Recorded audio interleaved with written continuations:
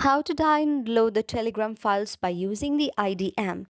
Hello everyone, my name is Smile and in this video I'm going to show you how you can download the Telegram files by using the IDM. So you can do it pretty easily by following the following steps right here. So the very first step that you can do is first you'll need a public link to the file you wish to download. If you have the link, then you can download it easily. So you have the public link to download to your computer. A download manager can easily access the content via public link without the need to join any Telegram channel. Now, how you can get the public link is you should follow the steps.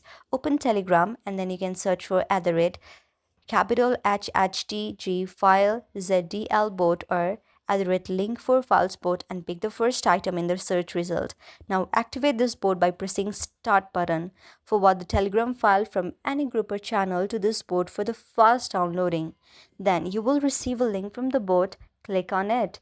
For a computer guide, click here. You can tap on click the latest version of Windows. Now you are done. You have simply created a public link for your Telegram file. Now you don't need to join any Telegram channel for that, and you can simply open it and open your file. So I hope you like the video. If you like the video, then please do hit the thumbs up and subscribe button and also comment in the comment section below. Thank you for watching.